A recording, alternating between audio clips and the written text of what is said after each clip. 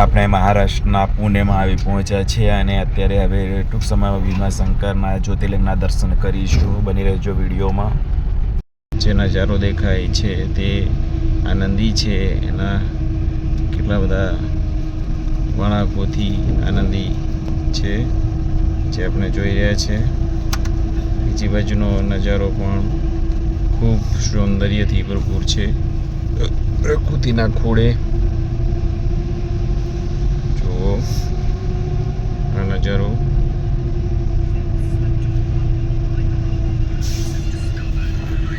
દેખો અહીંયાથી ડેમનો નજારો પણ આપણને ખૂબ સરસ જોવા મળી રહ્યો છે. જોઈ શકો આ ડેમ છે અને ડેમની અંદર જે પાણી છે ખૂબ મોટો ડેમ છે. મંદિરો છે એ મોટા ભાગે ડુંગર ઉપર આવેલા છે અને એનો સૌંદર્યથી ભરપૂર એનો નજારો માણવો એ આપણા માટે ખૂબ જ આનંદદાયી ગણી શકાય. જુઓ અહીંયાથી ભરપૂર સૌંદર્યનો નજારો છે. ભીમાશંકર પહોંચી જઈશું. સતત કાળા પથ્થરોની પહાડીઓ છે, પહાડોથી ઘેરેલા આ જે શિવલિંગ છે ત્યાં આપણે જઈ રહ્યા છે.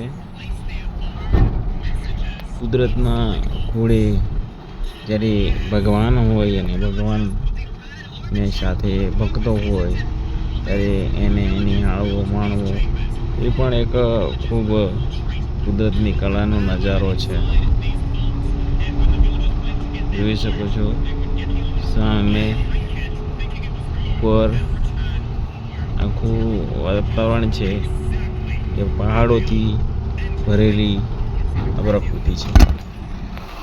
કૂવા છે આ ઉપર પહાડી ઉપર કૂવા બનાવેલા છે.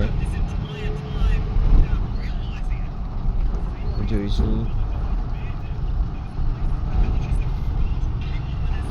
શકો છો इतनी पहाड़ी ऊपर ये पानी है. पानी कुदरत के अलावा कौन लाता है. झरना વહેતા હોય છે અને ઉપરનો જે નજારો છે પહાડી છે. જો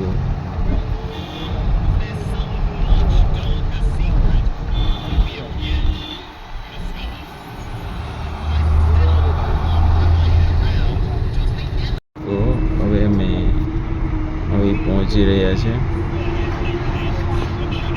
જ્યાં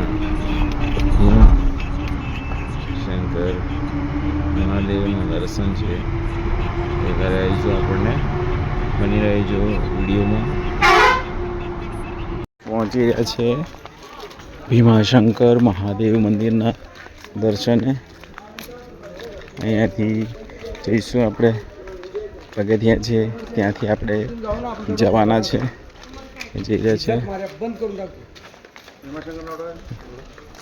અહીંયા આપણે જઈ રહ્યા છે ભીમાશંકર મહાદેવ મંદિરે.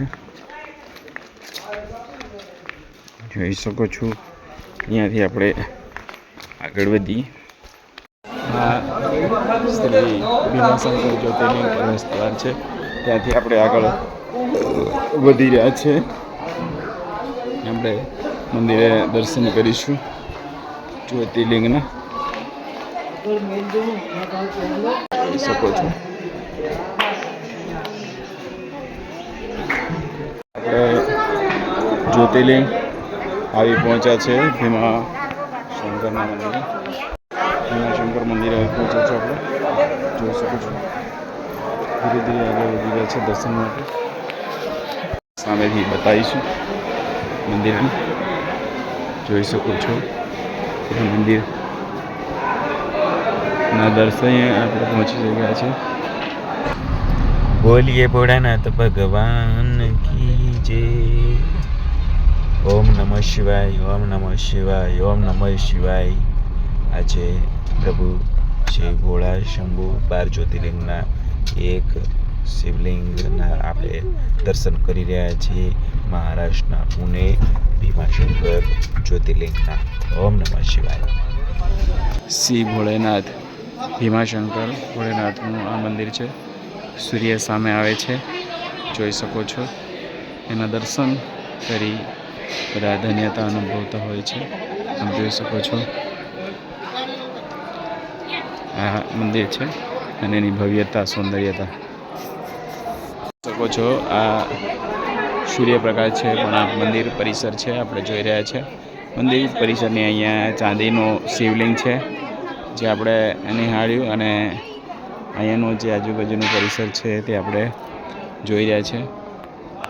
આ જે પૌરાણિક મૂર્તિઓ છે, પૌરાણિક શિવલિંગ છે તેના દર્શન કરીએ અને આગળ આ રીતે જે દીવાદાંડી છે તેના પણ દર્શન કરીએ. આ બધું આ ભીમાશંકર જ્યોતિર્લિંગ છે ને એના આપણે દર્શન કરી રહ્યા છે. અહીંયાથી ખૂબ સુંદર અહીંયા મંદિરનો આખો નજારો છે આપણે જોઈ રહ્યા છે. એ મંદિરના નજારાને આપણે માણીએ. અંદર ચાંદીનું શિવલિંગ છે અને આપણે દર્શન કર્યા અને હવે આપણે આગળ જઈએ. અહીંયા સર્વતીર્થ કુંડ પણ છે. અહીંયા દેખો આ કુંડ છે એ સર્વતીર્થ કુંડ માનવામાં આવે છે. આ દેખો પાણી ઉપર છે. અહીંયા ગણપતિ દાદાની મૂર્તિ છે. અહીંયા સર્વતીર્થ કુંડ સંકલ્પ ક્ષેત્ર છે ભીમાશંકર જોઈ શકો છો. અહીંયાથી સામે આખો મંદિરનો નજારો છે એ આપણને જોવાય છે. દેખો સર્વ કલ્યાણ કરવા આપણે આગળ બહાર નીકળી રહ્યા છે. હવે મંદિર છે ભીમાશંકર મંદિર પાસેનું. અહીંયાથી બહાર જવાય છે. ખૂબ સુંદર નજારો છે.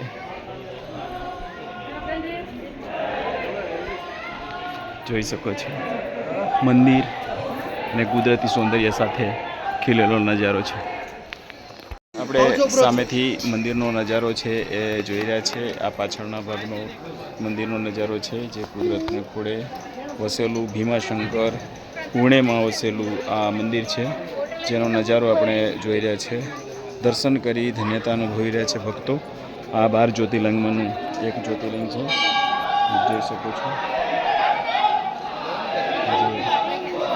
મુખ દર્શન આપણે માણી અને ધન્યતા આપી રહ્યા છે. અહીંયાની પ્રસાદી છે. अच्छा और आप फोटो पे टाइम पे ये किसकी प्रसादी है? हाँ ये साले का ये किसकी प्रसादी है? पेड़ है पेड़ा है. अच्छा મોક્ષકુંડ. આ મોક્ષકુંડમાં પણ ધન્યતા અનુભવી રહ્યા છે ભક્તો. જોઈ શકો છો શિવલિંગના દર્શન. આ મહારાષ્ટ્રમાં આવેલા પુણેમાં ભીમાશંકર જ્યોતિર્લિંગના આપને દર્શન કરાવ્યા. આ દર્શન આપણને કેવા લાગ્યા તે કોમેન્ટ કરીને જણાવશો. મળીએ